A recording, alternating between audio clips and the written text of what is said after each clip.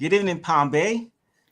Welcome to Palm Bay Live. This is an early start. And with me today, we have Mona Webb of the Florida Gourd Society. And she's here to talk to us about the upcoming event that is coming up this weekend. Is there this weekend or next weekend? It's this Friday, Saturday, and Sunday. We have the Florida Gourd Festival. We are a member of the American Gourd Society. The Florida Gourd Society has a yearly festival at the Azan Shrine Center, and it's this weekend. We have classes that people can take to learn how to carve gourds, paint on gourds, embellish and decorate gourds. We teach people how to grow gourds, and we have a children's area. There's free admission. We have gourd farmers coming from all over the southeast of our country and selling their gourds. And the Hawaiian dancers will be there on Saturday at 1 o'clock to demonstrate how they use gourds with their musical instruments and in their dancing. And we have a juried exhibition that you can come in on Saturday and Sunday to see. We have various gourd artists selling their gourds that they've created, and it's a lot of fun. The Azan Center has a breakfast and lunch that they serve. It's pretty good too. And we hope that everybody can come out, and I appreciate this opportunity to talk to you. Thank you. Awesome. I'm glad you were here to talk to us about it. Do you have any upcoming events coming up for the rest of the year? We have the first Saturday of every month, the different patches in the state of Florida were called a gourd patch. Mm-hmm. So the Brevard County Gourd Patch meets at the O'Galley Library the first Saturday of the month at 9 o'clock. And we always do a project creating some kind of gourd art or learning a new technique on how to create and manipulate gourds. Okay, awesome. Thank you for joining us today. And this was an early start to our show. And, well, thank you very much for this opportunity too. I'd like to get the word out about the Florida Gourd Festival. Okay, and where this weekend at the Azan Center. Where can folks find you? Are you on the web? Yes, at FLA. It's FLAGourdSoc.com at the Florida Gourd Society, and on Facebook, it's FLA Gourd Society. Okay. All right. Great. So again, joining them in their event. This is February 25th through the 27th. That's all right. Is there a telephone number for them to reach out to you at? 321-431-5687. Awesome. Thank you, Ms. Mona. I prefer text. And you prefer text. Okay, yes. Great, Ms. Mona. Thank you so much. Well, thank you for the opportunity, too. Have a good weekend. You too. Bye-bye. All right, folks. Up next, Palm Bay Life Debates.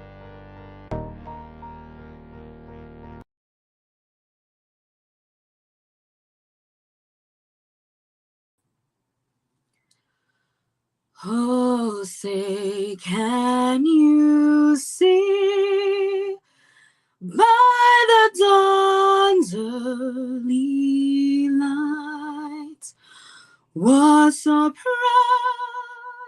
we hailed at the twilight's last gleaming, whose broad stripes and bright stars through the perilous flight for the ramparts we watched were so gallantly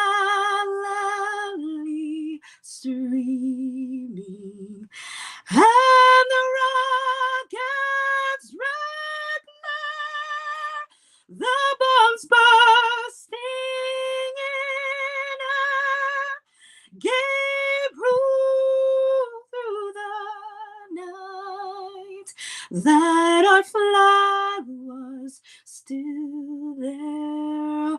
Oh, say does that star-spangled banner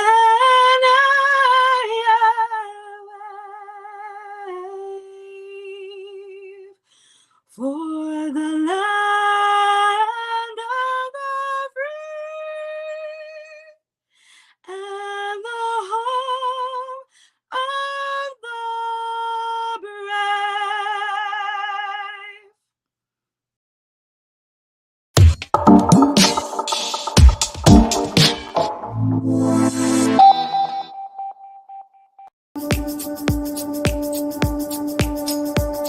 Welcome to Palm Bay Live, celebrating 1 year in business.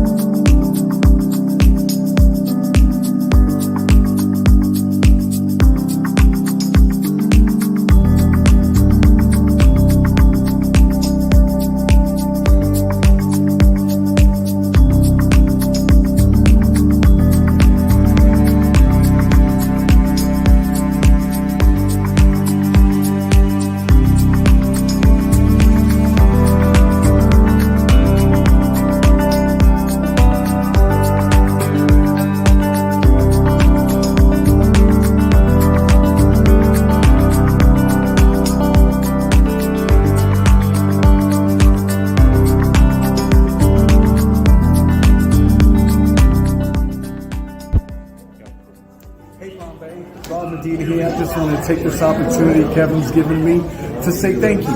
Thank you for instilling a trust in me, to selecting me, choosing me to be the next mayor of this great city we call Palm Bay. I really appreciate the opportunity. I won't let you down. I'll serve you through God, honor, and integrity. May God bless you. May God keep you. May God continue to bless our great city, Palm Bay. Hoorah.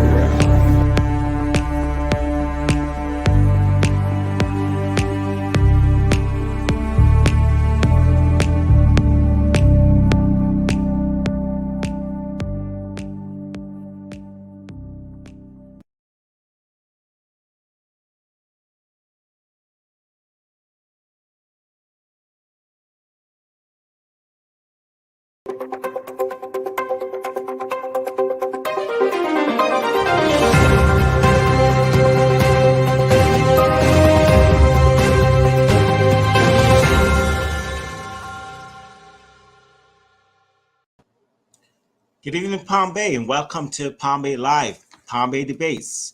With me today in the audience is Mr. David Jones. He's going to be our moderator today. Mr. Jones, are you there? Okay, we're going to be having some issues here tonight, early issues here. We'll work out this kink. In the meantime, while we get Mr. Jones up and running, we are here with all the candidates. All the candidates are in-house, and we are ready to interview them and get them going. Mr. Jones, welcome to the platform, sir. Hey, thank you. Can you hear me? Yes, I can. Okay. Let's hope Spectrum continues to participate in this journey tonight. Yes, sir. Yes. Yeah, we're having some latency issues, but we are here. Here we go. So Mr. Jones will be doing the questioning tonight. No question will be coming from the audience. So we are ready to go. Mr. Jones is the president and owner of Diversity of Thought Incorporation, and he's the host of several social media shows. And you may have seen him in the public. He's very active with the chamber, and right, sir? And yes, sir. And firm believer in growing our business community. Yes, he is. And so we are. I invite him here tonight to help me out with this situation of trying to get the word out about these candidates and who they are and what they represent. And they're going to be interviewed tonight by Mr. Jones, and I will be in the back doing the producing aspect of the show. So, Mr. Jones, I want you to take it away, and I'm going to bring the guests on the screen while I'm doing that. Okay, and as I said, we're going to hope that Spectrum continues to work with us tonight. But if not, the good news is that Kevin does have the questions, and he will be able to jump in if for any reason it does give out. So last year, Councilman Jeff Bailey stepped down from his position, creating a vacancy on the Palm Bay City Council, seat 5. This prompted a debate between the citizens of Palm Bay. Should the council appoint an individual to the empty seat, or should the city hold a special election? Well, after heated conversations at the council meetings, the council made the decision to hold a special election, which brings us here tonight. We'll be hearing from 4 candidates who are on the ballot of the special election taking place March 8th. In the city of Palm Bay, we have roughly 84,000 registered voters. And currently we have mail-in ballots. We are sitting around about a 5% turnaround. So hopefully after you meet these 4 candidates, you'll be inspired to use your American right to vote. So let's go ahead and meet the candidates. So tonight with us, we have Mr. Alfie Agari. Hello, Alfie. How are you? Yes, sir. Good night. It's great to have me on this program. I really appreciate it. Definitely. Thank you for joining. Phil Moore, how are you doing tonight? Hi, good evening, David. Doing great. Thanks for having me. Definitely. Jimmy Backus. Hello, sir. How are you? Pretty good. How you doing, David? Doing fantastic. And Pete Filiberto, how are you, sir? Doing well, David. Thank you. Good evening. Great. Good evening, all. So I want to start this debate with a disclaimer. So due to the fact that there are more than one individual on the screen tonight that sits on the Charter Review Commission, will not be asking questions.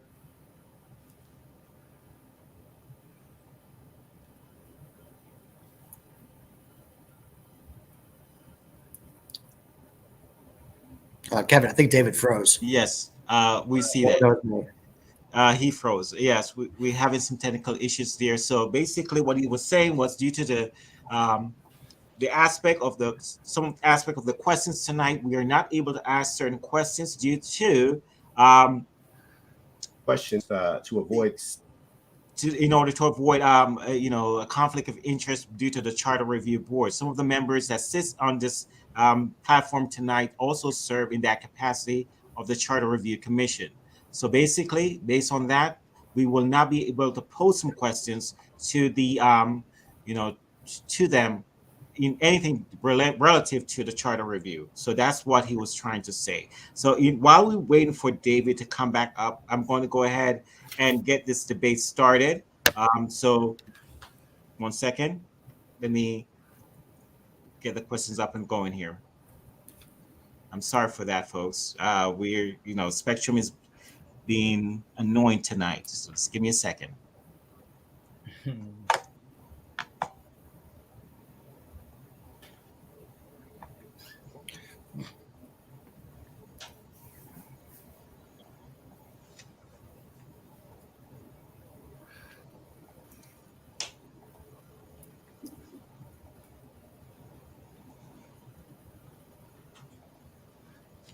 All right. So I want to first ask each of you to introduce yourself. And so I'm going to start with Mr. Alfie Agari. And I think David is back. David, are you back? I am. Your StreamYard kicked me out. You did? I'm sorry. I don't know why. I said, what? It just said due to something, and I was out. I was like, okay. All right. That was interesting. So I apologize. I did not hear where you left off. But did you finish? I'm not sure if he finished explaining how the debate was going to work. Each candidate gets 2 minutes to answer the question and will be notified when they're coming close to their time frame. And then we will move on to the next candidate. However, we will offer a 1 minute rebuttal time if that is necessary. And I want to thank palmbaylive for providing the questions that we're going to ask tonight. So thank you for that. So let's go ahead and get this night started. And the first question will be to please introduce yourself and tell us what are your top 3 priorities for the city of Palm Bay if elected. And we will start with Pete. Pete, if you can go ahead, and I am so sorry you put up Alfie, but I had a whole different order. So thank you. Pete, if you can go ahead and kick this off, please. Yes, sir. You have 2 minutes, sir. All right. So my top 3 priorities for the city of Palm Bay. The first one's obviously procurement. Right now, there is no local scoring criteria for local businesses in the procurement process. So basically, when someone puts in a bid, that local business is defeated usually because they don't have any local preference. So Palm Bay, notoriously, they hire people from Tampa, from Orlando, from Miami to do city work. When I feel that there's plenty of people here within our city or within our county limits that can do that same work with the same or better quality. My second one is going to be the Indian River Lagoon. I've worked with lagoon leaders in the past for baffle box installations, clam restoration projects, and I promote low impact development on my current seat as a member of the Planning and Zoning Board. The last one, obviously, would be the infrastructure, the $150 million road bond program. You've heard me say it many times. There was a 5-year program. The years have turned into phases, and the phases have turned into, hey, we'll get to you when we get to you. So that's going to be my primary concern up there on the dais. And was born and raised here, so the roads have degraded greatly since I was a young child. Okay, and Pete, I don't want to miss out giving you the opportunity also, if you can give us a quick introduction of yourself as well. Oh, yes, sir. Yes, sir. My name is Pete Filiberto. I was born and raised here in Palm Bay. Went to school, graduated Bayside High School in 2006.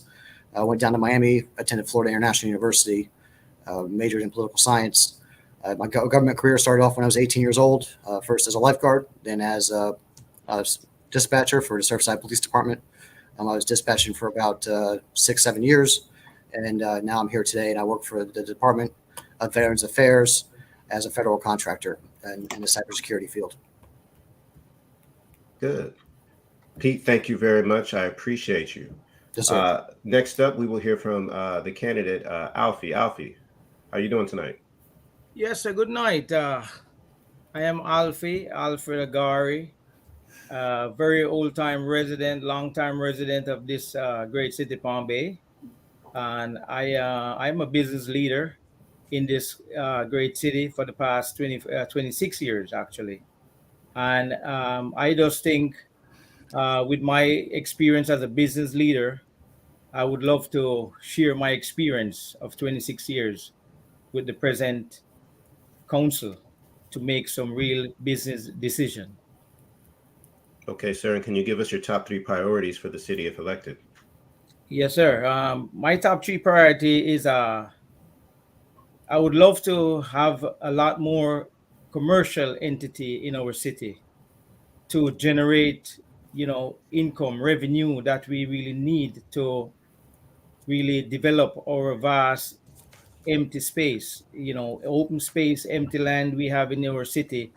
83 square mile, and we only improve like 40%. So we have 60% outstanding to be improved. And I would love to really, set up a task force or a committee to encourage investor, especially in commercial business, restaurant, entertainment in our city, that we can spend our time and money in our city to generate enough revenue to, fix our infrastructure. That's another thing need to be fixed. Infrastructure in many ways, from the safety of the street light, sidewalk, reflectors, a lot of things in our city need to be done, and I'm looking forward for our downtown. I've been been an investor over there at the Bayfront development since, I don't know, maybe 20-25 years. And I've been told we gonna have a downtown, and I'm really looking forward for that. This is something I would emphasize on, and try my best to make sure it comes to a reality. Yes, sir. Thank you very much. I really appreciate you. Next up, let's go ahead and meet Phil Moore. Phil, please let us know a little bit about yourself and your top 3 priorities for the city of Palm Bay if elected. Sure. Thanks, David. And thank you all for watching tonight, Palm Bay viewers. My name is Phil Moore, running for Palm Bay City Council Seat 5. And I come from South Florida, born and raised. Went to school down at Barry University and got my degree in sports medicine. Traveled up to Ohio, got my master's degree at Athens, Ohio, OU. Came back and started working in Melbourne at FIT as the head athletic trainer there. Worked there for a number of years, and then transitioned over to work for Health First Pro Health and Fitness, where I worked as a personal trainer for almost 15 years there. During that time, while I was working at Pro Health and Fitness, I got really involved in the community, and I was big with the Space Coast TPO working on bike ped advocacy and safety. So got really engaged with how roads are planned, sidewalks are planned and designed for bike ped safety. During that time, I also helped grow a triathlon organization for recreational sports for the community, where I helped host a number of triathlons and cycling charity events, with everything from the Pineapple Man Triathlon, Battle of the Bridges Triathlon, and what we then developed to the Health First Triathlon, along with helping out a number of cycling charity events. So cycling and recreational sports in the river have always been key things that I've been looking at as I've watched the degradation of the Indian River Lagoon because of us having to swim in the river. I remember one year when we were trying to do a triathlon, and we had to call it off because we were literally grabbing the dead fish from the fish kill out of the water. And I knew that we had gone too far, and we were already sounding the alarm by that time too.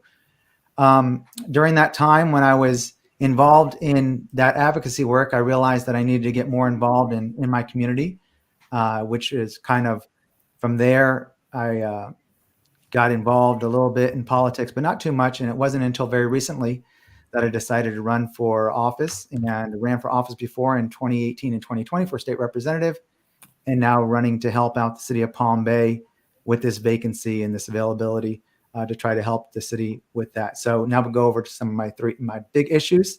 Affordable housing right now and the skyrocketing cost of rent is huge. And I want to help see what we can do to address that.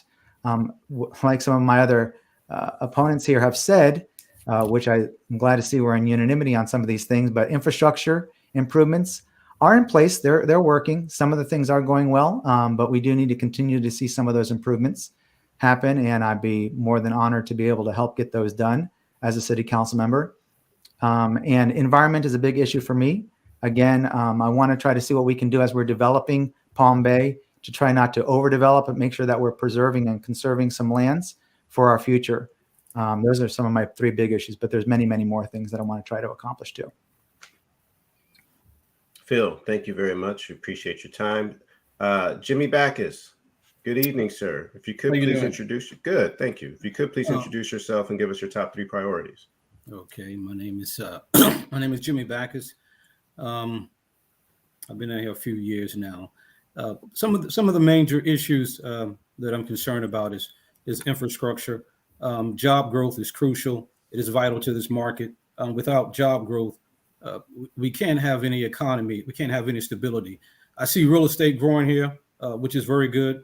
But one of my main challenges as far as commercial businesses, Procter & Gamble, Coca-Cola, Frito-Lay, bringing major corporations together, giving them a plan that we have for Palm Bay so that we can develop Palm Bay, not just for the present day, but for the future time as well. There are some other personal issues, recreation, which is very important, but in the process, also keeping our hand involved in the community far as elderly as concerned, keeping taxes lower so that they will not affect the elderly community as Palm Bay grows and as Palm Bay develops. I've went to college in Atlanta. My degree, psychology, administration. I worked for a company 27 years, retired as a manager. I went to work for GlaxoSmithKline, which was a pharmaceutical company. I worked for them as a pharmaceutical account rep for them for a few years. Right now, I'm working for the federal government, and I'm married. My children are still in Atlanta. Thank God for that. But my major focus for Palm Bay is job growth, stability. One of my other major concerns for them, again, is taking care of our elderly community, which is very vital, very important to me. And the other one is recreation areas, not just for the young people, but for the entire family here in Palm Bay. All right, thank you very much. And again, I just want to reiterate, because there have been questions coming into the chat. There were questions already put together for these gentlemen. So for this debate, we will not be taking questions in from the chat. I just wanted to make sure that people understand and know that, so that you're not being ignored. And so let's dive into these questions. So there was a question around defining politics, but I guess let's get more specific. Like, how do you feel, or what do you feel is the role for the city council for the city of Palm Bay? And we are going to start this time with Jimmy. We'll bring you back in. We'll go ahead and let you answer that question. So what do you believe the role is of city council for the city of Palm Bay? The role for city council is really starts off with integrity. That has to be the key focus right there, because you want the residential people to have trust in the council to execute the issues that's going to be dealt with. That's very vital. And then looking at the plans that the city already has so that we can execute those plans, not just simply talking about them, but how are we moving forward to make sure these plans become a reality. Not just having politics. That's easily said. It's easily to have a debate about talking about things. The question is this: when you put your feet to the road, what are we doing? That's very important, and having that transparency where the community is always engaged with the council, whether it's through the media, whether it's through sending electrical bills out, or any type of way of keeping the residential people informed of things that are taking place. That is crucial. Okay, I will move on to the next candidate, and that would be Pete. Pete, sir, how are you? Yeah, good. Thank you for coming back up on here. Same question for you. What do you feel like the role is of the city council for the city of Palm Bay? I feel every councilman has a different role. My role up there will be to represent the hardworking men, women, children, the families, the senior citizens of Palm Bay, those who pay their taxes. I will be up there to represent the taxpayers, and that will be my specific role. My project up there is to get this $150 million road bond program back on track. Again, there's no oversight there with the $150 million taxpayer-funded road bond program. Like I've said, the years have turned into phases. The phases have turned into, we'll get to you when we get to you. There's no set schedule. That's what I want to fix. Okay. Thank you very much, Pete. Next up, Alfie, same question. What is the role of our city council for the city of Palm Bay? Yes, sir. Thanks for the question. In my eyes, the work for the city council, in my eyes, is to make sure we serve the citizen of our city, Palm Bay, and we treat every citizen with the same respect and assistance. This is one of my main topic by even experience. I want to make sure that we serve our citizen. We don't leave the citizen unattended. A lot of the council meeting I've been to, I see where I would say citizen underserved. We have 10 citizen comes up or 15 to say something or to voice their opinion of a project or a zoning or something in that manner. We need to, treat them with respect because, the voice are important. The citizen is the people that put us in office, and we need to treat them with highly respect. I will always try to make sure we think about the well-being of the veterans, the well-being of the elderly citizen, and treat the citizen, as I said, don't make them become an unserved citizen. The education opportunity for our children, ensuring the workers' rights. Some of the thing I said is we have so much important worker in our city employment, in our city role, leaving office, and I would love to find out what's going on. So there's a lot of things we want to make sure we fix in the council. Thank you, sir. Thank you. And last but not least, Phil Moore, if you could please provide an answer for the question. Yes, what is the role of the city council? So I get a little bit more insight on that question because of sitting on the commission for the charter review, and the charter kind of delineates what the role of the city council should be. So that's very helpful in understanding what the role of city council is. And really the role of city council is to help execute the charter and what the services and the makeup of the city are supposed to be. And for our charter, basically says a few things that I think many cities say the same thing, that they're going to provide services, specific services to the citizens in that city. And it could be fire, it could be police, it could be public works, where we're supposed to supply sewer and septic, or land acquisition, how we're going to do that, provide infrastructure services to make sure that we have workable roads. So there's a lot of services that we're looking to try to make sure that we are able to present and give to the city. Now, of course, that means that we have to levy taxes and fees, and that's given upon the city council, and they have to own that. And so we want to make sure that you have a responsible city council that uses those taxes and fees in the best manner possible. And I believe myself, I look at it is that my role as a city council member is to have the fiduciary responsibility of the best interest of the taxpayers and for the city. So to do best with what their money is supposed to be doing, and to make sure that our city is functioning and growing properly and thriving and doing well. So that's the roles of the city council, is to make sure that they're executing the plan of the charter and working in conjunction with all of our staff, making sure that our charter officers are doing their job correctly and helping out with them too. Phil, thank you very much. And thank you, gentlemen, for answering the first question. I'm going to come to a new question. Home rule involves the authority of a local government to prevent state government intervention with its operations. Do you support home rule? And if yes, why? And if not, why not? Phil, we'll go ahead and start with you since you're up on the screen. Yeah. Okay. So this has been something that I've been an advocate of and a proponent of since I decided to run for office before. Home rule is very important. No better government knows best what the citizens need as local government does, as the ones that are most affected and closest to the citizens, which is going to be your smallest government, which is going to be local government. What ends up happening is we're having in Tallahassee is we have what are called preemption laws, where you have laws that are developed by Tallahassee, by your state representatives and legislature, that supersede what your cities are supposed to be able to accomplish on their own.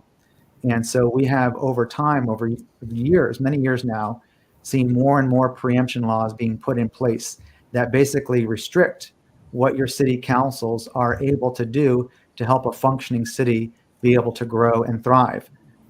And every year they're coming up with new and more restrictive preemption laws. I can just give you for example. One was where a local city wanted to try to place an ordinance in place to address plastic pollution, where they put in an ordinance to ban single-use plastic items. And immediately Tallahassee in that year came back and said, no, you can't ban single-use plastics. You have to allow everybody to be able to pollute. And that became a universal statewide law. So now no other city could put in their own ordinance to kind of craft, to tailor to their own little municipality or local area. So I'm a big proponent of home rule, and we do see more preemption laws coming into place to stop that. Thank you. Pete, I want to bring you in. So same question. Do you support home rule? If yes, why? And if no, why not? Yes, I do. I believe everything starts in local politics. I learned at a young age, it's not the federal or the state that comes down and levies your taxes as much as it does the local government. So yes, I do believe in home rule, but I feel home rule only works when the citizens, the long-standing citizens, are involved in the government. There is times in there where you get nomads and carpetbaggers that come on down and they say they're for home rule, but really they're bringing their own rules to home. Okay, thank you very much. Jimmy, let's go with you next. So the question on the table is, do you support home rule? I do. I definitely do. I truly believe that the state needs to pretty much police itself. And the only time when the city needs to police itself, only time when you start having federal government steps in is when funds are being misused, being misgoverned, when people are not held into responsibility. But it does start at the level at the inner city. And that's the reason why so important for voting people in with integrity, so that the bigger picture is always seen. Jimmy, thank you. Alfie, we'll wrap this question up with you. So, sir, the question on the table is, do you support home rule? That's yes. If so, why? And if not, why not? Yes, sir. I definitely support it. That is why we have a local government in our city to make vital decision for our citizens, because we are the closest to them. We know their daily problems and their daily life and activities. And I think, we have to abide and make our rules for our city. And that is why it's important to have people on the dais, on the council, on the mayor position, that live this city, learn this city, and actually want to have this city to be at a higher level, a higher standard. So I definitely support it, and I will always stick to that. Yes, sir. Okay, thank you very much. We're going to move on to the next question. So there are citizens that still feel the impact of the January 6th attack of the United States Capitol and the underlying systemic beliefs that influenced it. Do you believe that the aftermath of these attacks is relevant to the Palm Bay community? And if elected, how will you ensure that Palm Bay is a safe and inclusive environment for all? Alfie, we'll start with you this time. You said, what year you said that the attack? So the impact of the January 6th attack on the Capitol from the insurrection. Okay. Do you believe that the aftermath of that attack is relevant to the city of Palm Bay? And if elected, how will you ensure that Palm Bay is a safe and inclusive environment for all? Well, when you say the Capitol, you mean in the Twin Tower in Manhattan? No, sir. On January 6th of last year, there was an insurrection on the Capitol. Oh, the White House. Okay. Yes. Well, that attack is not acceptable at all. That attack is not acceptable at all. I am not agreeable to that. We should have more discipline and more, a better way of approaching. And that's just an outstanding event that I will not accept at all in our city, or in our capital, in our country, any place. We have to be more, law abiding and obedient to the rules and the laws of our country. And I'm not agreeable to that. And I would never encourage anything. And I will protect that interest of our city to make sure we doesn't have these kind of activities going on in our city. And I have to really commend our police officers in our city. So far, they have a good community link. And that is the key, is the community link, that we can work with our citizens and the officers. And I will not agree to that. Thank you, sir. All right. Thank you. Phil, the same question. So on January 6th, there was an attack on the United States Capitol. Do you believe the aftermath of these attacks are relevant to the Palm Bay community? And if elected, how will you ensure that Palm Bay is a safe and inclusive community for all? Yeah, so January 6th was a dark day in our history, definitely. And I think it does impact, when you see destruction of any government property, you have to look at where those people are from. And we have seen that a number of people are from the Brevard County area and from Florida. So I think our job is to make sure that we work in conjunction with the federal government, with FBI, as they want, and we can facilitate with them anything they want or need from us, so that we help them as they are doing their investigative work, and making sure that these people who are involved in the attack that they see need to be brought to justice, or any type of charges that they're looking towards. So our role, I think, is to help coordinate and facilitate with any type of demands from the federal government. For us as a city, and for me, any type of destruction of property is unacceptable. It really is not going to get any type of message that you're trying to get accomplished, in my view. So if we have that here in the city, as was mentioned, we have a very good police force to make sure that we're working in conjunction to keep making sure that we keep our city safe, and making sure that we hold people accountable when they destroy property. Thank you. Pete, sir, same question applies. Yeah, if you don't mind repeating the question just one more time for me. No problem whatsoever. So on January 6th, there was an attack on the Capitol, and there are citizens who still feel the impact. Do you believe the aftermath of these attacks is relevant to the Palm Bay community? And if elected, how will you ensure that Palm Bay is a safe and inclusive community for all? All right. No, I do not believe that the January 6th is impactful to our community. Phil did say that there's people from Florida, but I don't know anybody from Palm Bay that was at the January 6th insurrection.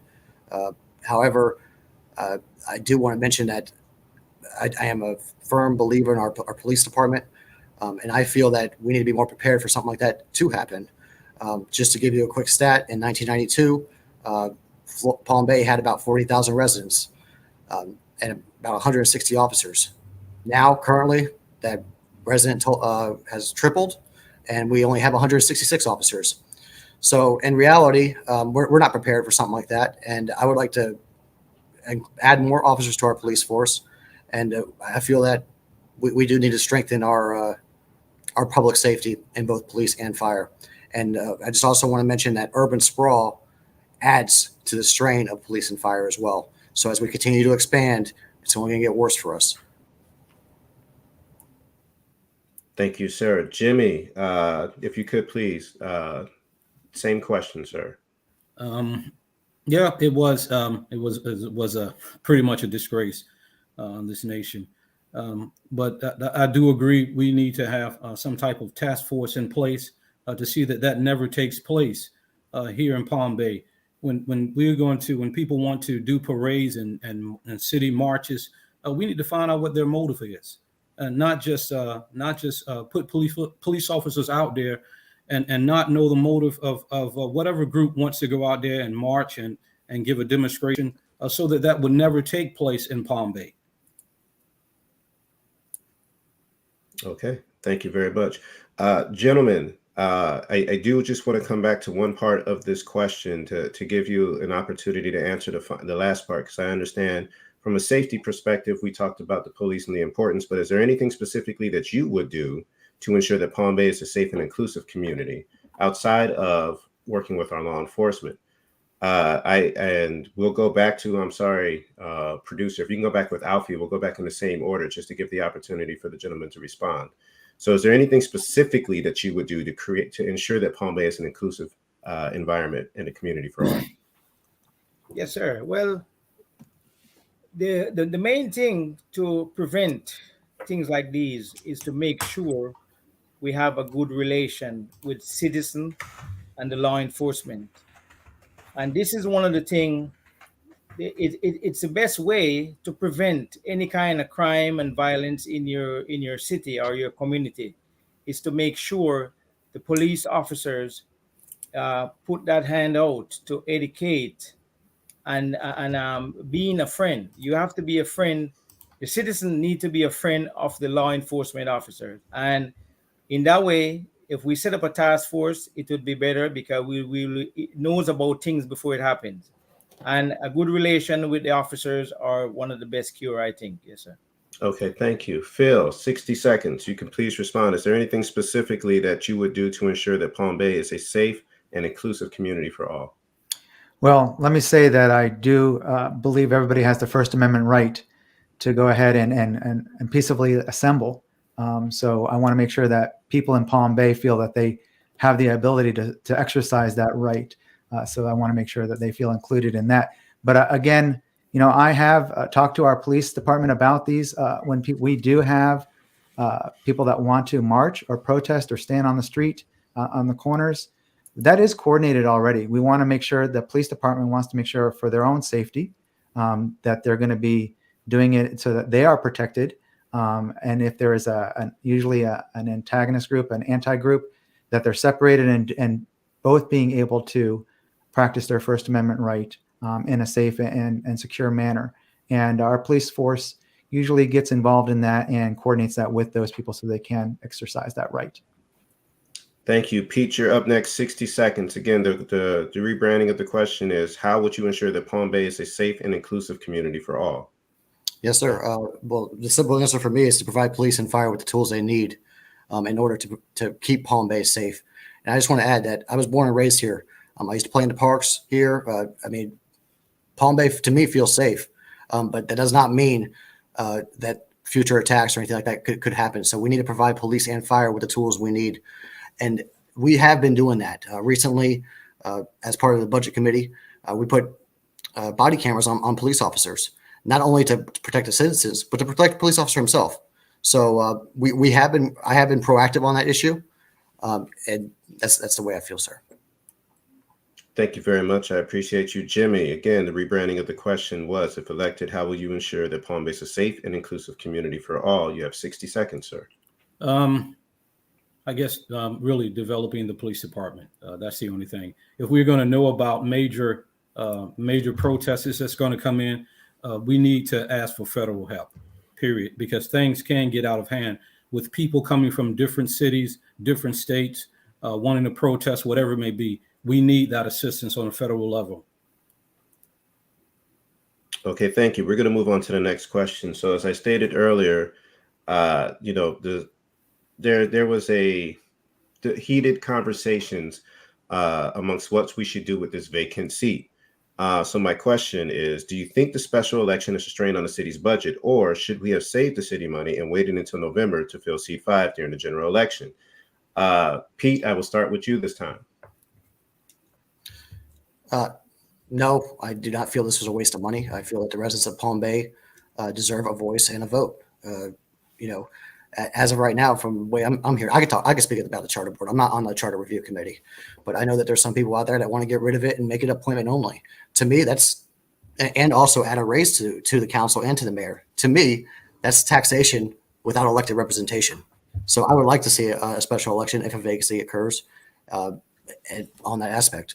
Does the city have the money for it? Of course, the city has the money for it. But are they going to gripe? Yes, they will, and it's their job to gripe because that money could be used for something else. But it is very important for the residents of Palm Bay to elect their officials per the charter, and that 1 year mark is there. It's clearly stated. Okay, thank you very much, sir. Next, we'll go to Jim. Jimmy, same question. Do you think that the special election is a strain on the budget? Do you believe we should have had the special election, or do you think we should have waited until November to fill the seat? No, we should have had the special election. That's the whole point of the democratic process, the process of voting. Just to elect someone, you got to see the history of unfortunately what Palm Bay was the first time, and we want to make sure that the citizens of Palm Bay have an opportunity to pick their person that they want, and that's vital. We can never take away that democratic process of simply just going after someone because I'm on the council. Let's just choose that person. He looks right. Unfortunately, the history has already been proven. When those things take place, look where Palm Bay came from to where it is today. We need to always keep that door open. We can't work. There's some things that you can't worry about the finances of. You've got to do what is right according to the people in this city. Thank you, sir. Phil, same question. Yes, so I might be the only dissenter here, but that's okay. So appointments happen all the time. They do all throughout the entire country, throughout the state. They do happen to try to make sure that things keep flowing and keep moving. Appointments happen for various number of reasons, whether it was resignation or death. There is the ability for an appointment here. And do I think it costs too much money? Well, it could potentially. It could be a resignation now, and it could be a death later. Elections aren't going to get any cheaper. And when we look at the time frame that we're actually fulfilling here, this could have been moved over to a November election. And a November election historically will show that you're going to have a better turnout of voters to allow them to be able to voice their opinion on this specific issue. I think ultimately you want to try to create consistency throughout the entire process. And I think the fact that this special election just happens at any time frame is really detrimental to try to get that process to where you get to the voters and give them the opportunity to understand that, yes, there's an election happening right now. But if you did it at a specific time frame in November, then that really can help out. Thank you very much, Phil. And let's go with Alfie. Yes, sir. Well, I am not agreeing to elect appoint someone for this position anyway, because this position originally was an elected position. That council member Jeff Bailey decided to resign. That's fine. And if this decision was made at the right time, because the charter says within 90 days. And this thing jogs along. It's going to be going 6 months. August, yeah, it's 5-6 months. It's going to be going, and it drags along for too much, and causes us in this predicament. But we need to have an elected position on these dais, because what happened? The people voice need to be heard. And as I say in the early part is, we got to serve the people and give them the right to vote and make the decision, because they are the one we are actually working for to support. The second thing is, the costs. I don't think it's too much. It worth it. It worth it because the taxpayers is the one who will vote, and they are the one that putting these funds together. And the other day, the city council made some bad decision on some property sale. I saw, our president council had agreed to sell property for $400,000-500,000 less than its market value. It's appraised value, and in that way, they could save all this 400,000-500,000 and spend half of it for the election and still save half. So I think it worth the while. I'll go for it. Election every time. Thank you, sir. Next question.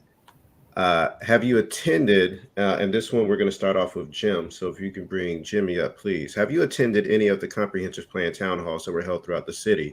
And if so, what are your thoughts? The only ones I've been to was the ones that are open to the city, which is on the Tuesdays and the Thursdays.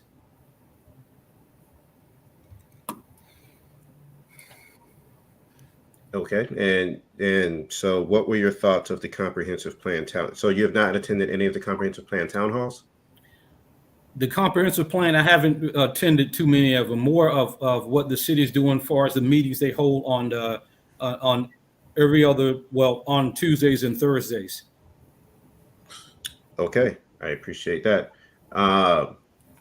Pete, have you attended any of the comprehensive town hall meetings that have taken place? Yes, I have. And just to give you my thought on it, I feel there's too many developers there. I think there's too many lawyers there. I think there's too much staff there. And I don't think there's not enough residents there. We need more resident input for this comprehensive plan. I'm a huge follower of the comprehensive plan. I actually have a copy of it right here. So I will adhere to the comprehensive plan as written in every decision I make when it comes to land use. That's a huge thing of mine. Because if we continue to put multifamily and single family, it's going to strain the utilities, it's going to strain police, it's going to strain fire, and it's going to strain the schooling district. So the comprehensive plan is rule of law when it comes to land use. Okay, thank you very much. Alfie, have you attended any of the comprehensive plan meetings? Yes, sir. Or the town halls, I'm sorry. And then in those town halls, what have been your thoughts? Yeah, I actually attended 4 of them. 2 by the city council hall, and one at Port Malabar, and one down by Ted Whitlock Park, down there by the regional park. But anyway, the comprehensive plan is something we need to stick to. It's not been exercised in the way it should. We have so much problem with rezoning and zoning of our city. The single family resident is been abused some of the times by apartment and all this kind of mixing going on. We need to allocate zoning and keep it this way. Restaurant zoning, commercial, industrial, single family residents, and rural residents. All these need to stick to in this comprehensive plan. And the comprehensive plan extend to the development down by the Bob Creek Street and the Heritage Parkway, the Emerald City. All these things are a good focus. Emerald City is going to be a very beautiful place when it's done, but I don't know if I'm going to be around walking with a cane or what by then, because as I said, the Bayfront development was one place. I've been told about it over 20 years and nothing is done up to today. So we want to stick to the plan. Thank you, sir. All right, Phil, have you attended any of the comprehensive plan town halls that have taken place? I see you shaking your head. Yes, is that correct? So I haven't been able to attend them live. I had conflicts in schedule, but I can say that they are available online, and I was able to go online. There was an interactive process that citizens could have taken advantage of. That's closed now, but they could also weigh in. And so you had an opportunity to try to see what you wanted to see in terms of the comprehensive plan and how you wanted the city to put that plan in perspective. When I looked at the plan, there was one of the things that glared out at me was, as I mentioned, that I was going to work on as a goal of mine, is preservation and conservation of lands. the plan basically looks at how much of Palm Bay can be developed, and how much of it can we put into residential, into commercial, into a downtown area, as has been mentioned before.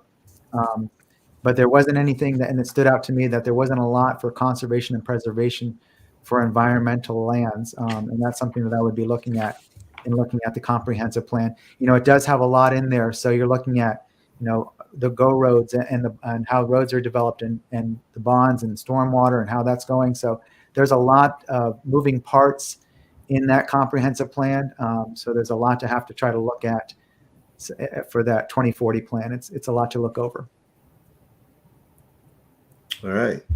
Thank you, gentlemen, very much. We're going to move to the next question. So what's your plan for economic growth for Palm Bay and the affordable housing crisis that we currently have without driving away potential businesses and new residents?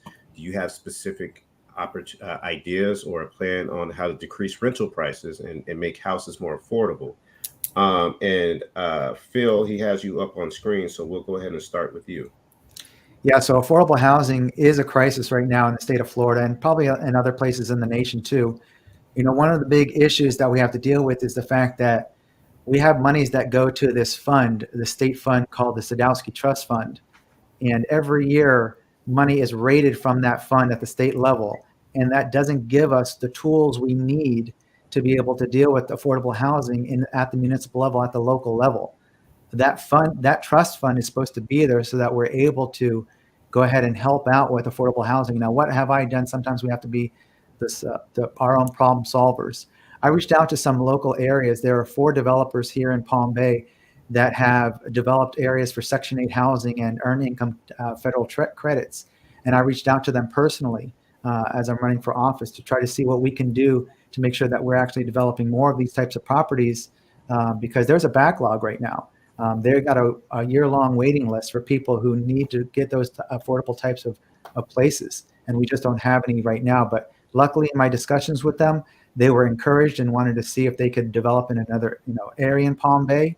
And in terms of business growth, that's one of my other main areas. Is I want to try to look at what our blighted areas are in Palm Bay and see if we can spur some business growth in that area. Thank you. Pete, how you doing, sir? Please, if you could answer the question. What's your plan for economic growth for Palm Bay and the affordable housing crisis we currently have without driving away potential businesses and new residents?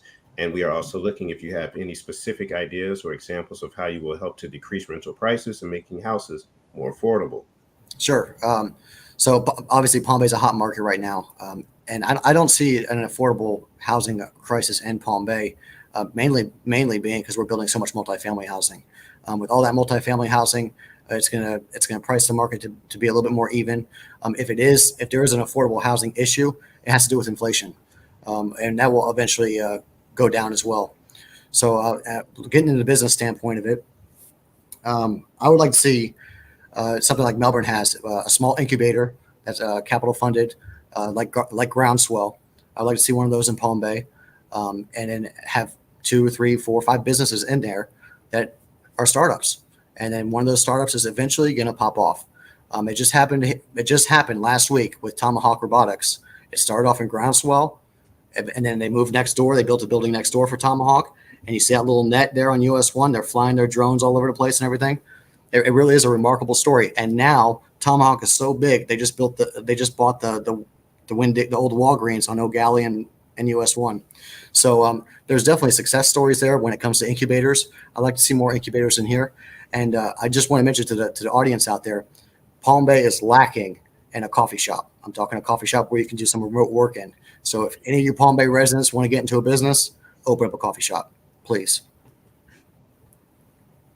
Pete, thank you. Alfie, the same question. So what's your plan for economic growth for Palm Bay and the affordable housing crisis we currently have without driving away potential businesses and new residents? And if you have an idea or a concept or a plan to decrease rental prices and making houses more affordable, if you could share that, please. Yeah, well, the economical stability that we need is to make sure we have commercial entity in our city. We have to try to develop. We keep we keep extending our city. Just the other day, we have a extension over there in Malabar Road West, and we keep doing this. All these extension extend, what it does, it actually costs us more in the long run, because our patrol cars, fire and police, burn more fuel.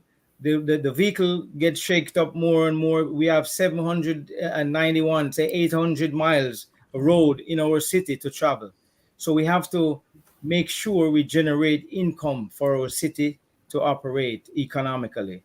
The other thing affordable houses is concerned, there's no way we're going to see anything called affordable housing in our city with these developers, because when all of these developers came here to make money, we have to have a government entity to consider our citizen that cannot afford, the elderly citizen, is that they have a fixed rate, the school, the teachers, the police force, nurses, all of these has a very low income, and the government has to come in, the local government or the state government, federal government has to come in to assist with affordable housing.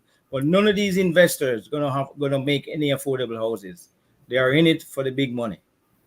Yes, sir. Thank you, gentlemen. Pete, I'm going to bring you back in. Because I want to touch on something you said, but this question will be for everybody. So, do you agree with the rezoning of single-family homes into multifamily homes in single-family residential areas? And how do you balance the rights? How do you balance the rights of developers versus the residents who don't want to see that type of development?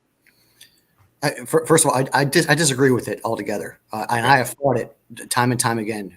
Most recently in Turkey Creek, and I'm working on a project right now. Putting in multifamily in the middle of single family makes absolutely no sense. It's a strain on the utilities. So, say a single family household, a single family community has 6-inch piping for sewer, and that multifamily would need 8-inch. So it clogs up everything. You cannot put multifamily into single family. And going on to how do you balance it? You follow the comprehensive plan. That's what the comprehensive plan is for, and that's what land use is used for, according to the comprehensive plan. If it says it should be single family, it should be single family. And again, I'm not anti-development or anything like that. If they want to clear cut 20 acres and put single family residential there because it's supposed to be single family residential, by all means, please go ahead and do it. Okay, thank you very much. Jimmy, same question. So do you agree with the rezoning of the single family homes into multifamily homes in single family residential areas? And how do you balance the rights of developers versus the residents who don't want to see that type of development?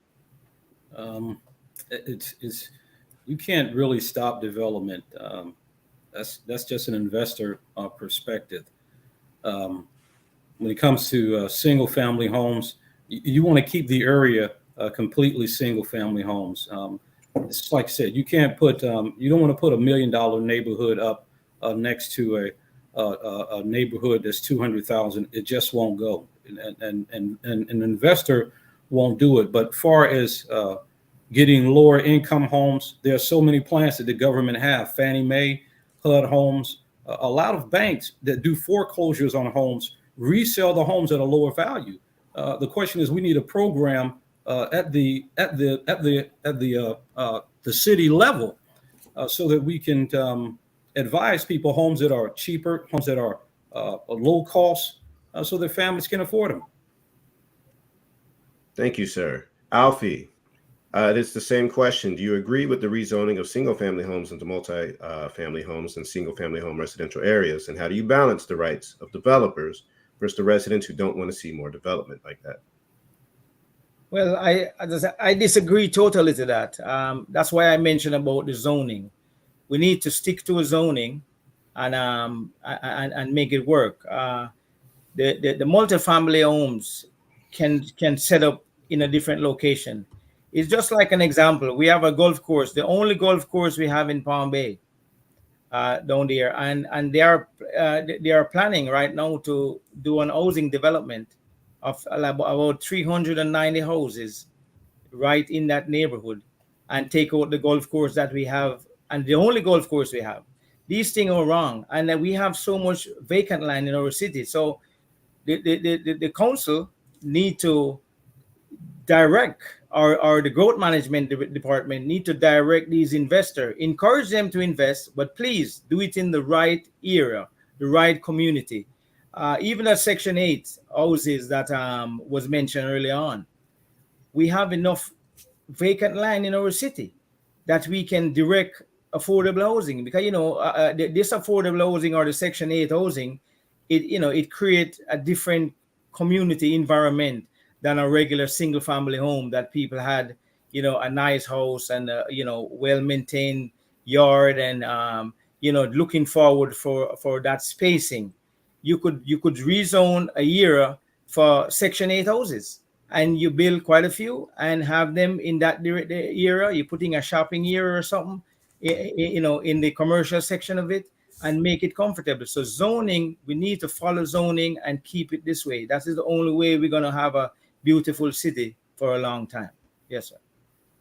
Thank you very much. Phil, you are up, and it is the same question. Do you need me to repeat? Yes, please. Okay. Do you agree with the rezoning of single-family homes into multifamily homes in single-family residential areas? And how do you balance the rights of developers versus the residents who don't want to see more of that type of development? Yeah, so I think you look at the continuity of the area and what makes a possible best practice. You have to look like there are some people who want to develop near the dead-end street where it's all single family. That's going to increase traffic and make a whole lot of problems if they want to try to turn that into multifamily townhomes or whatever. That just doesn't make any sense in that area. If it's near someplace where it's a major thoroughfare already, and there's ability to actually have increase, when you do traffic studies, there's the ability to have an increase in traffic, and it can handle it. And it's something that's similar to the type of residential area there. Maybe not a full apartment complex, but something like an R10 or something like that. Then it might make more sense to be in that continuous space there. So I think you look at the ebbs and flows of where it actually makes sense, and you take some recommend. We have staff and we have boards that look at that. We have planning and zoning board, and I, as a council member, I would look at their recommendations and see if that would make sense. And of course, take the feedback of the community and what they're looking at trying to get done to, as well as, we look at going back to giving the developer options as well. We see that it's not going to work with the multifamily. What other options do they have in terms of developing that land? Okay, thank you very much. We're going to move on to a new question. Jimmy, I'm going to start with you for this one. So, Yes, sir. According to the city manager, all units of the Phase 1 road program are finished. Phase 2 is halfway through completion. Phase 3 is fully designed, and the council approved the units for Phase 4. So that's a two-part question. The first one is, what are your thoughts on how the city is handling the road programs? And the second is, do you approve of the city's approach and design of each of these phases?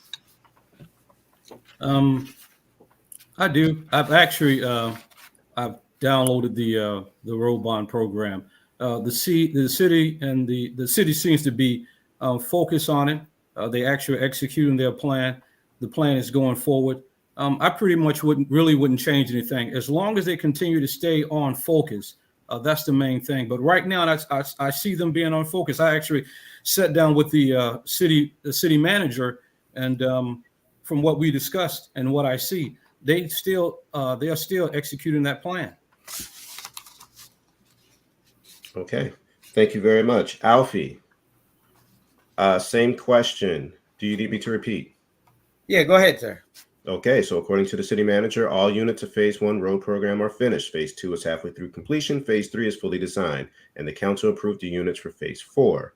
So what are your thoughts on how the city is handling the road program, and do you approve of the city's approach and design of each phase? Well, the approach, it's good initially, but I think it's ending up in a bad situation. First, I must say the road plan was 5 years, and now it seems like it's extending to 8 years because of the LBAC in a lot of things.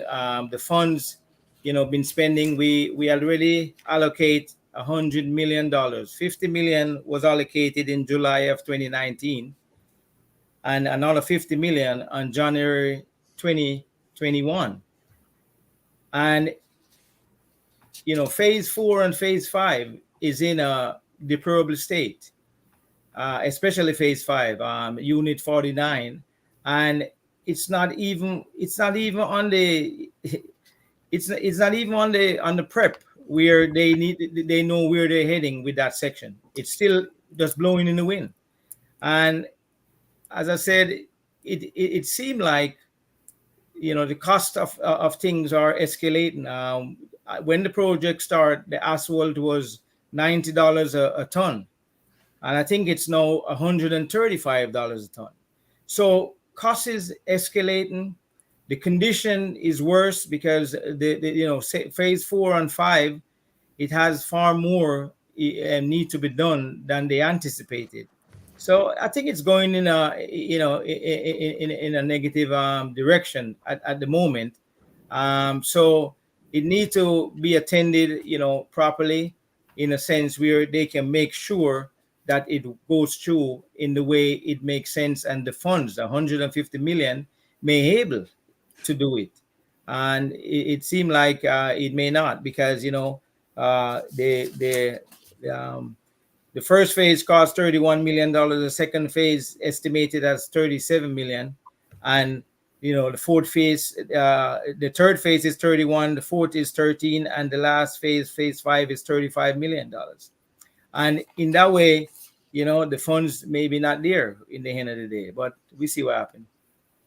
Okay, thank you. Phil, we are in the same question. Do you need me to repeat, sir? About the roads and how they're doing with the projects. What are your thoughts on how the city is handling the road program, and do you improve on the city's approach and design of each of the phases? Yeah, so I think the plan was great on how to look at which roads need reclamation and need repair the most, and trying to get to those main roads and then get into the feeder roads. Everything was working great, and of course then we had a pandemic, and that set us back a little bit. And of course, when you get setbacks, prices of stuff just gets more expensive over time. So we are going to be at a little bit of a deficit trying to move forward to finish up the plan. That's a given. So we need to figure out ways to make sure that that is completely funded. I want to make sure that that is funded so that we complete that project and make sure that all of our citizens get the roads that they were promised to get. But I think the execution, I think our staff has been doing a really good job in trying to get it done. And, I'll help as a city council member to make sure that we continue on the path to make sure it gets done. There are going to be hiccups along the way in any projects. And, expenses will go up with materials, and that's what's happening now too. But I think everybody's doing a really good job here, and I'd like to continue that work. Okay, thank you. Pete, I'm going to bring you in because I heard what you said at the beginning of your opening statement. So according to the city manager, all units of phase 1 program are finished. Phase 2 is halfway through completion. Phase 3 is fully designed, and council approved the units of phase 4. So what are your thoughts on how the city is handling the road program? And do you approve of the city's approach and design of each of these phases? No, I do not. And I feel that the Palm Bay Road Bond program is on autopilot. Council there was no oversight with the foreman. Just to go into the background of the road bond program, this was Councilman Bailey's baby. He was the one that brought it to referendum. He was the one that was overseeing it. So with his departure, the program, the plan was abandoned, and staff was running it. And unfortunately, things fell through the cracks. So that's why the years have turned into phases, and the phases have turned into, hey, we'll get to you when we get to you. And we're, like Alfie said, we're in year 4 when it's only supposed to take 5 years. And another problem that I'm having is that I'm seeing some roads that don't really need to be paved. I'm going to give you an example, such as Kirby Industrial Park. Kirby, yeah, the road, I'd give it a 6 out of 10, but it's nothing like Unit 30, where it's just patches on top of patches on top of patches. So why aren't we going to those roads first that actually need road work and that don't even have a road before we go over to Kirby Industrial Park? So I do see some mishaps and some missteps in the road bond program, and I plan to clean that up 100%. And it takes oversight. It's going to take accountability, and it's going to take boots on the ground. Okay. Thank you, sir. I appreciate you. We're going to move on to the next question. And you know what? Let's go ahead and leave Pete up. Pete, if you don't mind, you can start off with the next question. So let's see here. With the growth of Palm Bay, do you think we need more fire departments? what areas should be prioritized? And if your answer is yes, how would you plan on funding them? Yeah, absolutely. So yes, we do need more fire stations, and we need more police stations, and we need more, water pumps, everything like that, water stations for our city and our utilities. The problem is that developers continue to urban sprawl, and council continues to allow urban sprawl. So it's straining our police, our fire, and our utilities. How do I plan it? This is something that I would like to do. I would like to see if a developer wants to build something, they're going to build a fire station, they're going to build a police station with it. And I'm going to give you a perfect example on Bayside Lakes. Bayside Lakes, beautiful area as is. I love it out there. But right next to my alma mater in Bayside, at Bayside High School, there's supposed to be a fire station built there. Do you know that the fire station is modulars? Literally, it's been modulars for about 10 to 15 years. No building yet. So why didn't the developer who developed that area with urban sprawl put the fire station and build a fire station for the city of Palm Bay? Those are questions that need to be asked. And again, that comes down to accountability. You got to elect somebody who's going to be true to the people and provide the safety that the people needs. Thank you, sir. Alfie, we're going to bring you in next. So with the growth of Palm Bay, do you feel we need more fire departments? What areas should be prioritized? And how would you plan on funding them if your answer is yes? Well, definitely we need that infrastructure, fire and police, been funded quite a bit because, I think the police force is about 30% of the city budget. And the police is 30%, and the fire department is 20%. But that's still not enough for this extensive city that we have going on.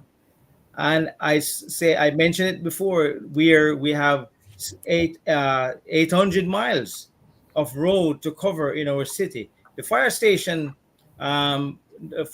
number 6 need to be put in place down by Bayside. Well, that temporary one they had down there is run by the Brevard County, I think.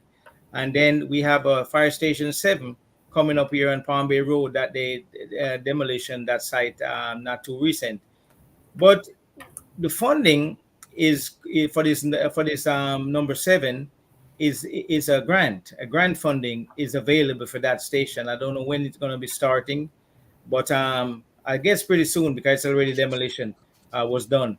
But we have to put fire station so much more in our city because the time that fire station take to get to the fire is far more than it should at this time. I think it's about 5 or 7 minutes or something like that. They should take to get to a fire, and they're taking probably 15-20 minutes today because if we have more than one fire in our city one day or one night, it's going to be a chaos because we don't have enough fire station to fulfill the regulation that it should be within a certain period of time. So it definitely needs a lot more improvement. Thank you. I appreciate that. Phil, you are up, sir, and it is the same question. So with the growth of Palm Bay, do you think we need more fire departments? What areas should be prioritized? And how would you plan on funding them if your answer is yes? Yeah, so I think that's the question that, so I think might have been answered by one of the people here on how do you fund it. But yes, we sorely need more services for fire, and we have to make sure that we're meeting response times. So we do need a number of fire stations to be built. I disagree with that we leave it to developers to do that. That is part of the onus of the city and city council is to make sure that we are providing services to our citizens, developers included. So that is part of our task and our responsibility to make sure we're providing those safety services to all the residents here in Palm Bay. We need to fund it. How do you do that? You get some money to create a new facility through a grant, some money, but you have to do it by making sure that you have the proper income. And right now we're sorely lacking making sure that we have enough money coming in to meet the demands of the growth of the city. So we have to look at ways that we're going to be able to either levy the taxes that are needed or put in a fee or a bond in place to make sure that we are going to be able to meet the resources for the growing city that we have. That's going to be the big challenge, is to make sure that we're continuing to be able to fund the growing demand. We do know that we need these services. I think we're all in agreement there. It's just how do we make sure that we're funding those projects? We can get a little creative with some grants and some bonds, but that can only go so far. You've got to be able to maintain those things and make sure that they continue to work. When you have a facility, you've got to be able to man it. When you have a facility, you got to make sure that you have equipment in the facility. That's all going to come from a cyclical cycle of making sure that we have the revenue income to make sure that those function. Thank you, sir. Pete? Yeah, I just wanted to mention. We'll give you a 1-minute rebuttal if you would like. Just not a rebuttal. I just wanted to say I will not raise taxes as a taxpayer. I am not going to raise taxes or do a bond or do a special assessment for a fire station. The developer is going to pay for that fire station before I raise taxes, before I issue a bond, or before I do a special assessment. That's all I wanted to say, sir. Thank you very much. Jimmy, sir, the question is up to you now. With the growth of Palm Bay, do you think we need more fire departments, and what areas should be prioritized? And if your answer is yes, how would you plan on funding them, sir? We do need more firefighters. As certain areas grow more than other areas, we do need to make sure that we have fire stations not miles and miles away where homes are being burned down. The only way you can do that really to get that thing started is really through grants. You've got to get that money from the federal government. And as the city continues to grow in the economy part, then you're able to support that growth and paying that fee far as your fire department and not being overburdened with federal grants and federal loans. But to start that program, you do need that federal help because you can't wait for it to happen as areas grow and as developers are taking place here in Palm Bay. Thank you very much. Pete, I just want to ask one quick follow-up for you. So with your response of developers paying for the building of fire departments, would you be able to elaborate on the payment of where the staffing would come from? Because and the equipment, because the building, I understand, but as far as staffing and equipment, yeah, the staffing would be completely different. That would definitely be city. But for the building, the building could be the developer. And I'm going to give you an example out here. This is just a rumor, so I'm not sure if it's true or not. But when Bayside Lakes was being developed, that there was an option on the table for the developer to build a fire station or a county station, if you want to call it that, over there next to Bayside Lakes. And the council said, no, we don't need it. And we're going to put modulars in there instead until we get enough money. Now, 10 to 15 years later, possibly even more, they are still in modulars. So if a fire station needs to be there, I feel a developer can pay for it. And when you're talking about equipment, there are grants, and that's when we get the grants and everything like that for the equipment. But staff is staff. The city's going to have to eat staff either way. All right. Thank you very much. Yes, Alfie, I can give you 60 seconds if you. Alfie, you got 60 seconds. Go. Yeah, yes, sir. Thanks for the opportunity. Mr. Pete, I would disagree about the investor of the community to put in a fire station, because what happened?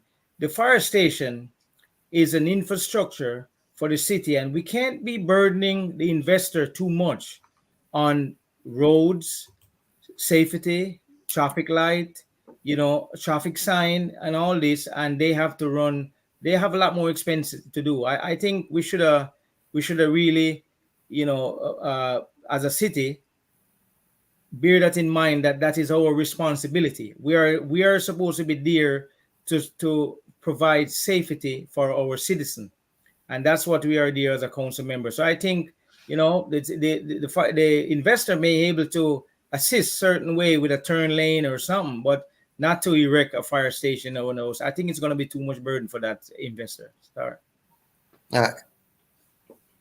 Okay. Thank you, gentlemen. I do want to make one quick announcement. I know that we did say that this was going to be 1 hour, and I appreciate everybody for allowing us to go over somewhat on the questions. So we will have only a few more questions, and I also appreciate the candidates for sticking this out with us as well. So thank you, gentlemen. Also. So how will you improve and keep the natural environment so that the residents can enjoy it? Since you have Alfie on the screen, we'll go ahead and start with Alfie. Well, the natural environment is very important and crucial, especially, the wetlands area, where we have wildlife and all these kind of things. We have to preserve those because we think we have enough land mass in our city to develop what need to be developed and preserve what need to be preserved. We just have to have, a good comprehensive plan and follow it, to an extent. The Parks and Rec need to be addressed big time. 10 years ago, 12 years ago, I was on the Park and Rec Advisory Board when Mr. Fred Poppy just came back to our city from the Brevard County. And it was an effort at that time to make the Palm Bay Regional Park compatible to the Wickham Park. Where recreational is concerned, we need a RV park, we need playgrounds, we need and some of these things could actually generate funds to maintain even that one park and maybe able to assist other parks in our city. And it never follow up. And as I said, 10 years later, I think that could be an income for the Parks and Rec. So we have to really focus on environment. The environment is very crucial. We have to protect our environment. We have to make sure our canal system is right, the Indian River Lagoon is right, and all our beaches and everything. So these are a lot of things we have to preserve as an environment in our city. Thank you, sir. Thank you. Pete, we're going to bring you in for the same question. So how will you improve and keep the natural environment so that residents can enjoy it? Yes, sir. So when it comes to wetlands, there's state, there's county, there's city codes pertaining to the preservation of wetlands on certain properties. I wanted to dive into the lagoon here. The lagoon is near and dear to my heart. Again, born and raised here. I fished it. I've seen the lagoon from go from clear to cloudier and cloudier year by year. So I think we should initiate some projects in the lagoon.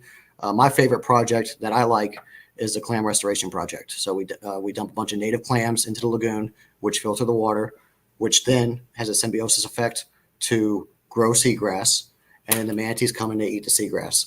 So with all that working together, we will have less manatee deaths. There will be seagrass again. The fish will be thriving, and fishing will become more extravagant than it has been in past year or so. With that, we can do low impact development, and we can install the baffle boxes when it comes to having a healthier lagoon. Thank you, sir. I appreciate you. Let's bring in Jimmy.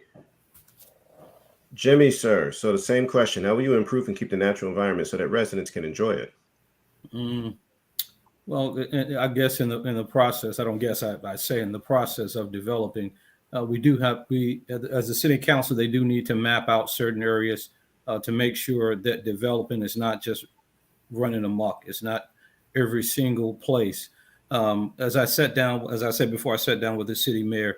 She actually showed me some programs that they're not going to allow just development everywhere. They do have plans so that the natural part of Palm Bay will continue to develop, not just for my generation, but for the next generation and children after that.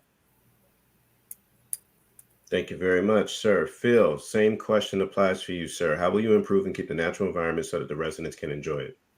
Yeah, so this is something that is near and dear to my heart in looking at the environment of Palm Bay for its future use. And it's not just recreational space, it's green space also, which for me is something that I utilize. If we look at something like Turkey Creek, that we have a trail that people can run or bike in.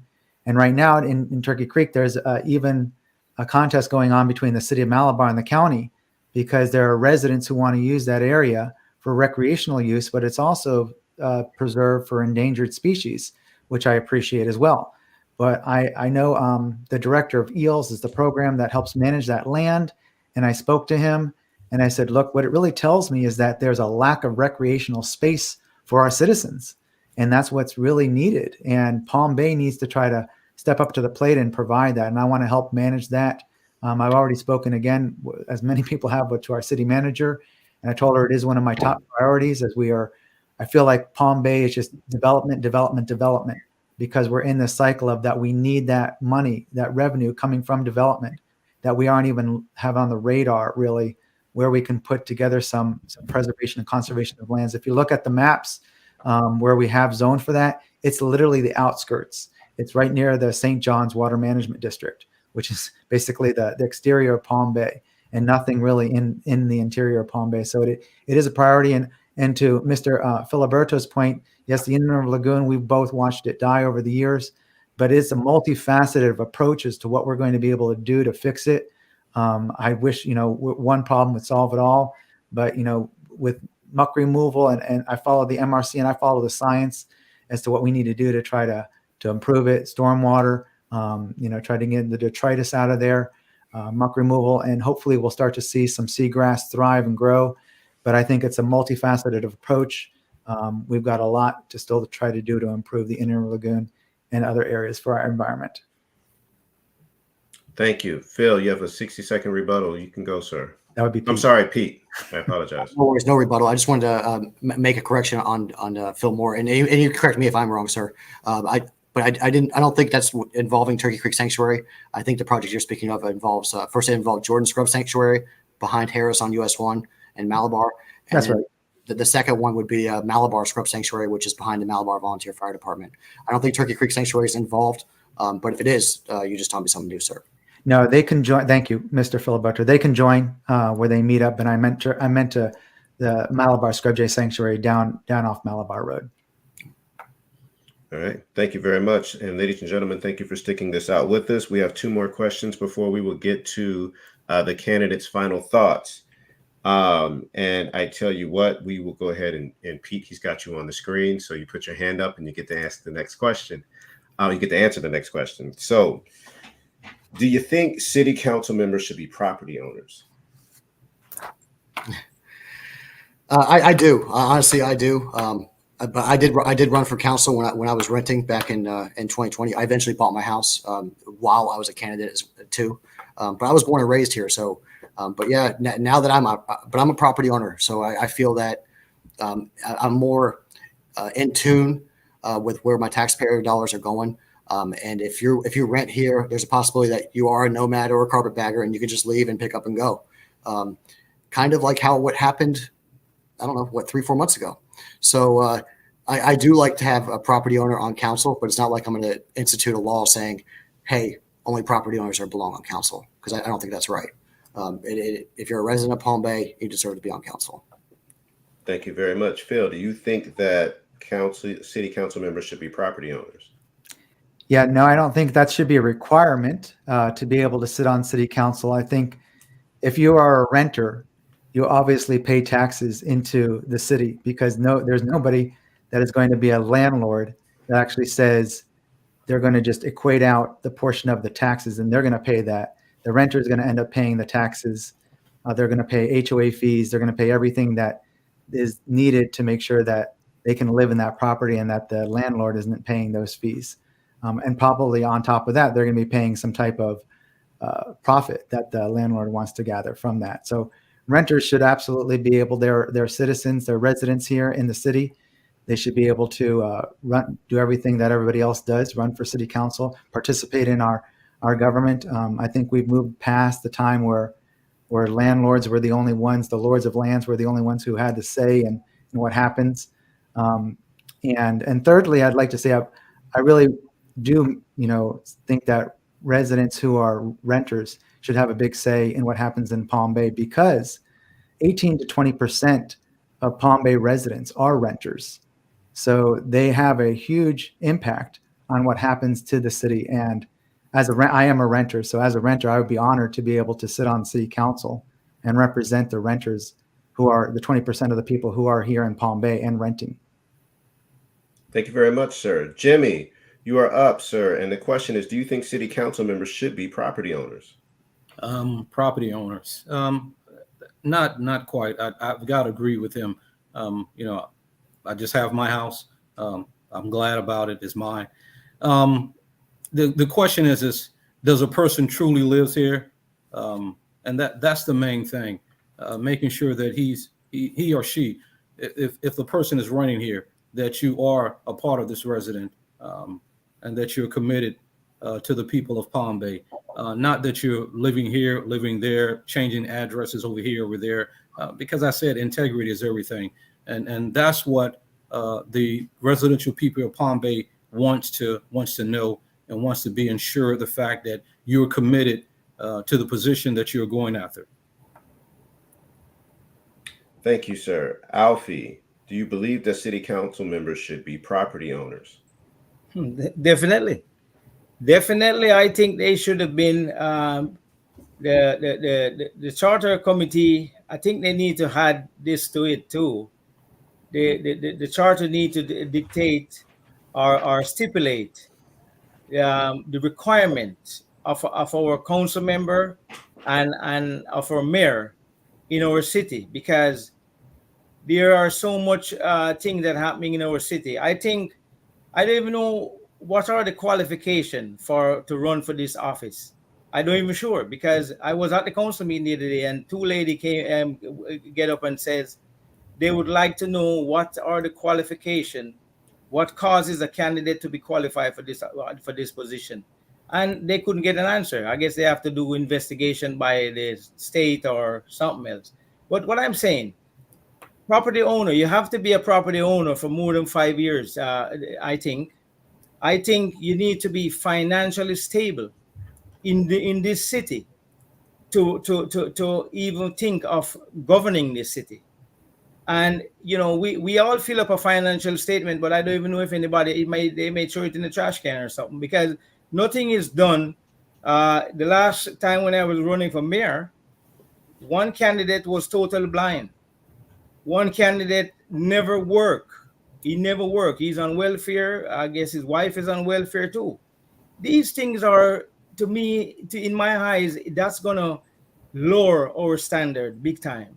And that's what causes us to have all these bribery and all kind of accusing situation a few years ago, because they're saying, they have a say that when you're drowning, you hang on a straw. It can't save you, but you hang on to anything.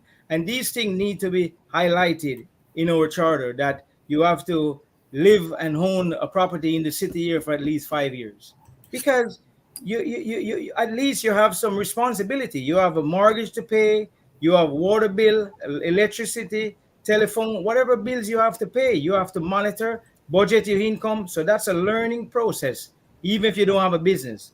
I am a business leader for over 26 years in this city, and it's still going and still growing. So I have property in the city, and I think we need to have a better qualifying for our candidate. Thank you very much. Thank you. I'll do one follow-up, Jimmy. Yes. To a certain degree, I hear what he's saying, but when you look at the past history of Palm Bay and those who were crooked, they lived in Palm Bay for many years. They own property. Okay, so integrity must be the first thing. If not that, then the question is, how do you qualify for the position that you're running? If a person owns a house, he owns a house. If he's buying a house, he's buying a house.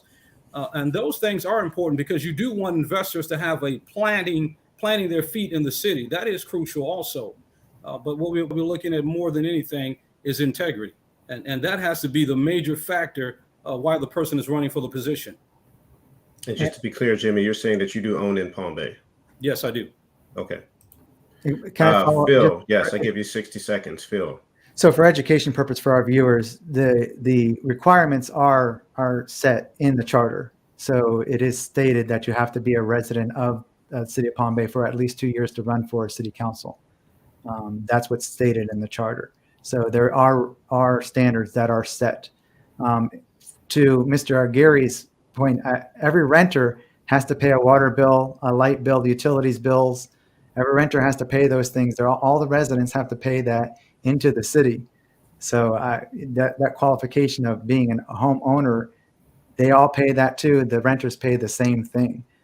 So whether you're a renter or a homeowner, you're still a member of you're a citizen of Palm Bay, and you're still putting into the money into Palm Bay and making sure that you're doing everything here in Palm Bay. You use the same roads that everybody else uses. You do the same thing. You use the same utilities that everybody else uses. So you should have the same say in your city government. and be able to participate in that in the same manner that everybody else does. And the qualification is to make sure that you are a resident here, vested in here for at least 2 years to do so. Okay, gentlemen, thank you very much. I have one last question before we get into an opportunity for you all to make a final statement. So, one of the things about, running is you guys are going to spend time at trying to convince people while you are the best candidate and possibly while somebody is not the best candidate. However, once you win, one of you, you have to work with others. And you might have to work with others who don't share your political views or who ideas don't align. So how will you plan on doing so and building those relationships so that you can get things accomplished to support the rapid growth of Palm Bay? This time we will start with Phil. So the floor is yours. When you say working relationship, you're speaking with other council members? That is correct. Okay. Well, I can say definitively I have a really good working relationship with our current council. I appreciate the work that they're doing. I see the work that they've accomplished in the short time that they've been on council. Many of them are new, from the mayor to city council members. The longest serving has only been in for a 4-year term, and just coming up to. They've all done really good work, and I've seen them make changes to make more transparency happen and make more accountability happen in the city.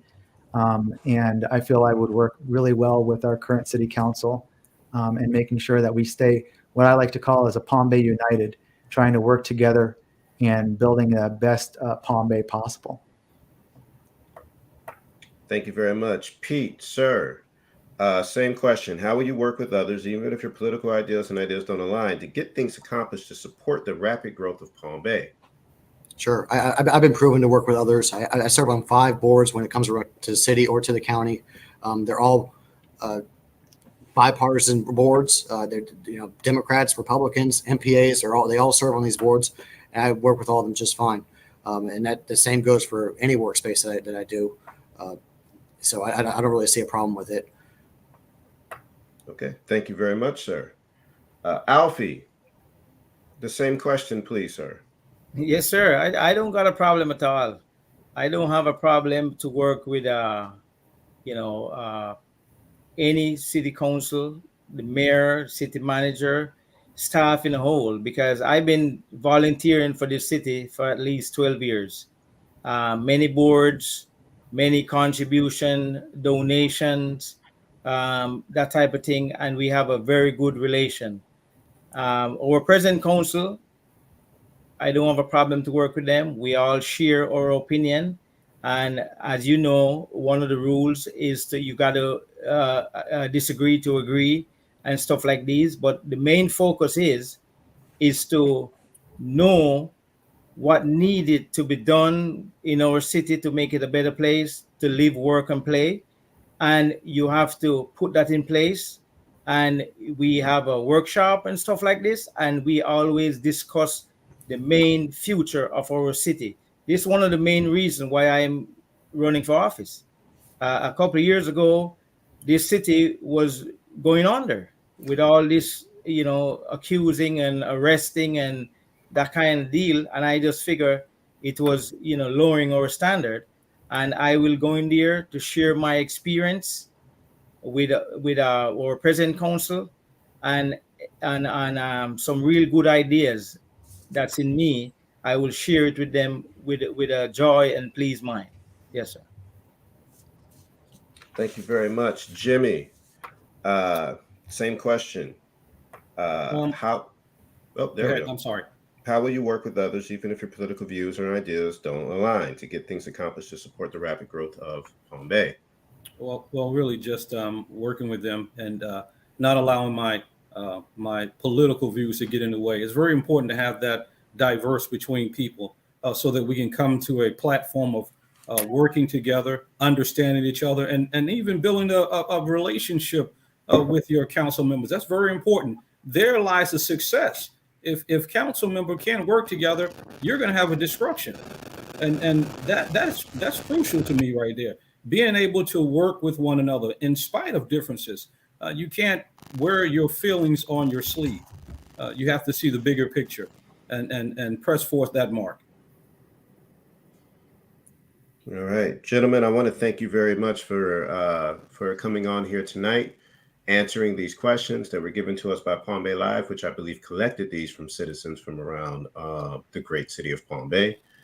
I want to give you all an opportunity to have closing remarks. So can you give us your final thoughts and tell the residents of Palm Bay why they should vote for you? Jimmy, we will start with you, sir. All right. Why you should vote for me. And I want to be specific. Integrity, integrity, integrity. That has to be the first goal of any role of leadership. Not only bringing businesses here, assisting the elderly. Some things I would like to do is building a YMCA here, but integrity has to be the first focus of building a team together to bring Palm Bay in a development area. That is very important to me. And your vote would give a security to Palm Bay that we will continue to develop together. My focus is focus on our future. And that's not just the people who live in Palm Bay. That's those who are moving here in Palm Bay, as well as myself also. My focus is not just on the people of Palm Bay, but mine, because I'm part of the Palm Bay legacy. And that's very important, as I said before. And I speak to the residential people. Integrity is a crucial thing. In making a selection and voting a person in office, you want that characteristics in office. Thank you, sir. Next up, we will go ahead and go to Phil. Phil, again, 2 minutes. It's just your closing remarks. Can you give us your final thoughts and tell the residents of Palm Bay why they should vote for you?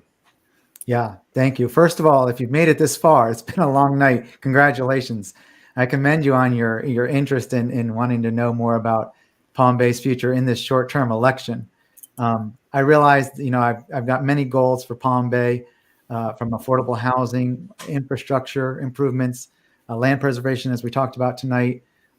These plans, these goals of mine are going to hopefully long exceed the 7 months that this term is supposed to be holding. So I'm proud to try to continue working with our city council and trying to get these goals accomplished.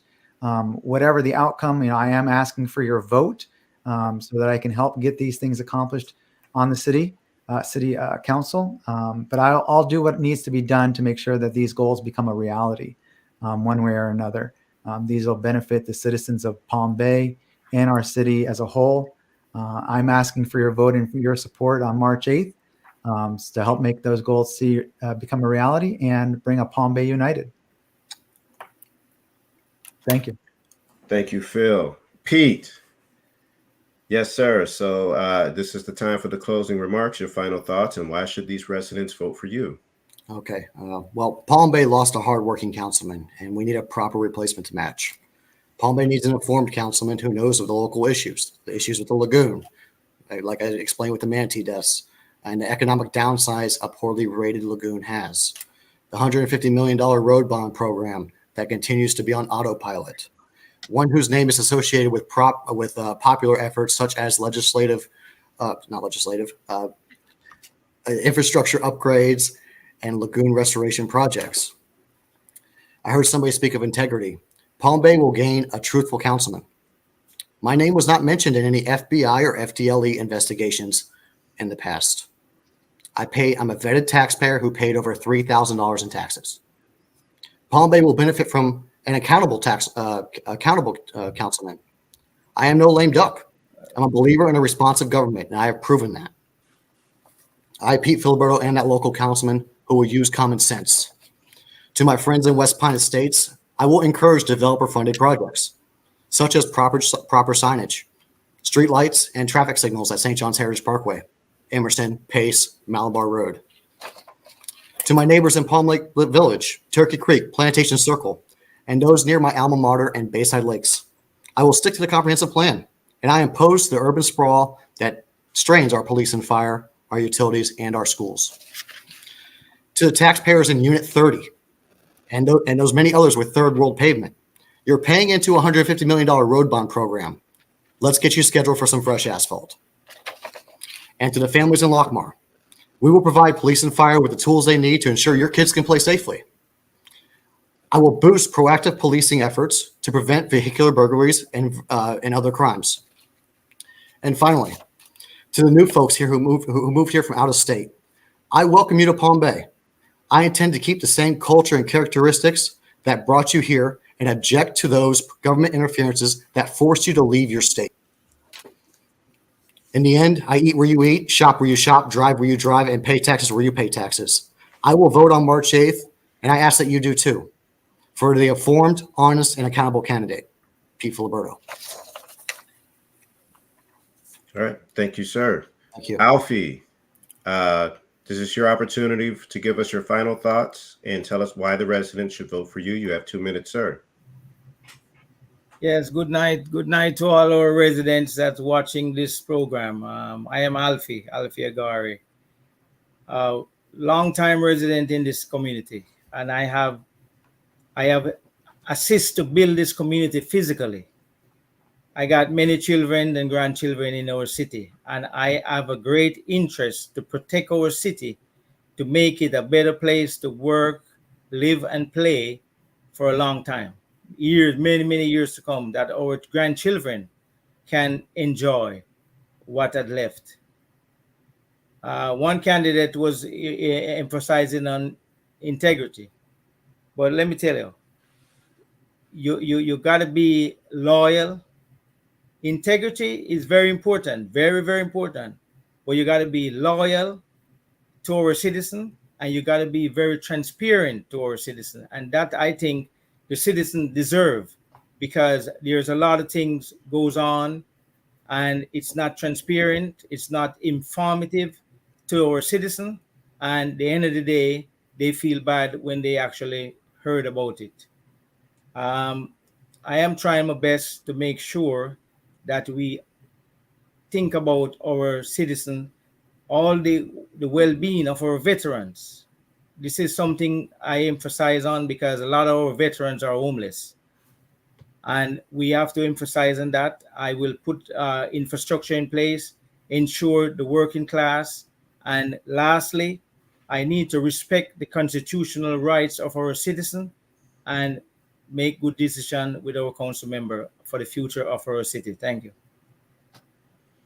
All right. Well, listen, again, candidates, I want to thank you very much for taking this time to come on to Palm Bay Live, share who you are, your thoughts, your viewpoints of how you can continue to make this city a great city to reside in.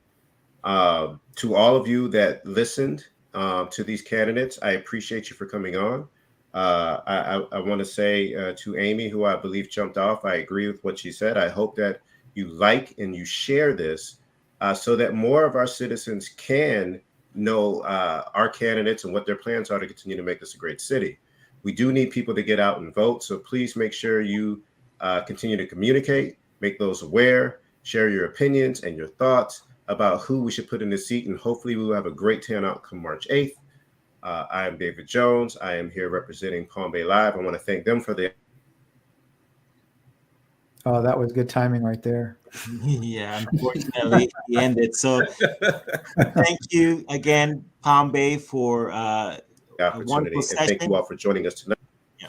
Wow. So like just right there, it just like froze. Yes. Hilarious. So it's just like, and good night and boom. Yeah. But we're still live. So I do want to give a shout out and a farewell to Chief Moya.